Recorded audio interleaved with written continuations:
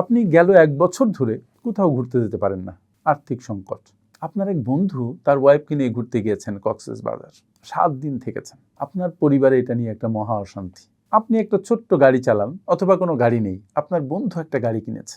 এটা আপনার মনে দহন তৈরি করছে, আপনি কেন পারেননি। মনে রাখবেন, এই যে কম্প্যারিজন আমাদের শান্তি নষ্ট করার জন্য, এই কম্প্যারিজনে সবচেয়ে বড় অনুঘটকের ভূমিকা পালন করে। সুতরাং আপনি আপনার মতো করে আপনার জীবন সাজান, আপনার পারিবারিক পরিকল্পনা আপনারা আপনার মতো করে করেন। যখনই অন্য কারোর সাথে কম্পেয়ার করে আপনি কোনো কিছু করবেন, তখন আপনি লক্ষ্যচ্যুত হবেন। আর সেজন্যই বলি, অন্যের সন্তানের সাথে নিজের সন্তানের তুলনা বন্ধ করুন। অন্যের পার্টনারের সাথে নিজের পার্টনারের তুলনা করা বন্ধ করুন। অন্যের শক্তির সাথে নিজের শক্তির তুলনা করা বন্ধ করুন। আপনি এক পিস, আপনার পরিবার আপনারই। সুতরাং নিজেদের মতো করে পরিকল্পনা করে সামনে এগোন। কারোর সাথে কম্প্যারিজন আপনার সুখ শান্তি নষ্ট করবে। কখনো কম্প্যারিজন আপনার কোনো উন্নতি করবে না। Thank you.